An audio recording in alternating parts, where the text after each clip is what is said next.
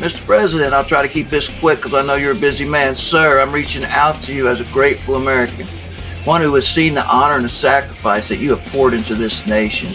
You have stood the storm, you have taken the arrows, you have carried the weight of leadership when lesser men would have buckled, and for many years did, sir.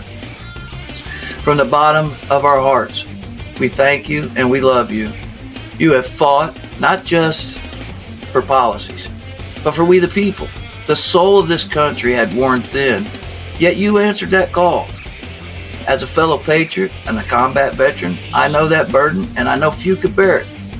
Mr. President, I'm reminded of another leader who stood tall when the odds looked grim and they fought for our God-given rights that had worn thin and was on the verge of collapse. That was General George Washington. Picture this, sir. It's 1776, December. The revolutionary is hanging on by a thread. His ragtag army is ragged, starving, shivering, and out in the snow somewhere along the Delaware River. Most men would have quit and gone home, found a fire, maybe a safe bed, but not General Washington. He rallied all of those weary souls together. He crossed that icy river in the dead of night. He struck at Trenton, and he hammered the enemy when they least expected it, sir. That victory wasn't just a battle won. It was hope being reborn. He didn't fight for glory that day.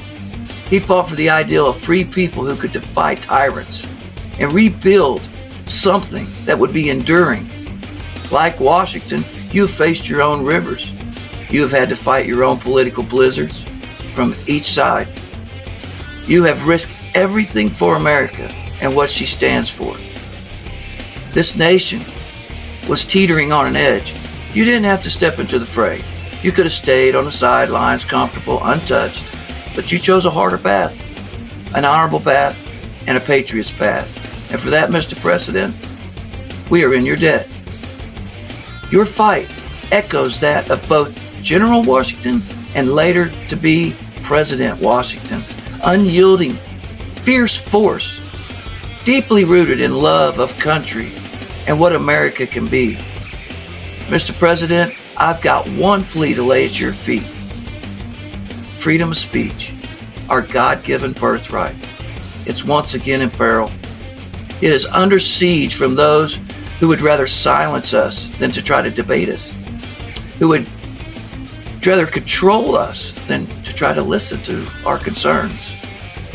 The dark powers of our day, they don't wield muskets and bayonets anymore. No, they yield censorship, fear, and a shadowy influence. They silence all the voices of liberty and free speech. They deny us of our God-given right, all while they push their misguided BS down the American people's throat. America needs you now more than ever, sir. So fight boldly for our First Amendment, that sacred liberty, that birthright fought for centuries. Be like General George Washington. In this battle, sir, hold the line on free speech. Our gift from God. It should always be safe and treasured, especially here in this great country. Lead the charge, sir. The people are with you. Protect the voice of every American, because if that fails, so does America. So thank you for all you've given, the sacrifices that have gone unnoticed. Your legacy, just like Washington's, will stand the beacon of generations. Keep fighting a good fight. We are with you, and history is watching and will remember. We Americans still refuse to bend, sir.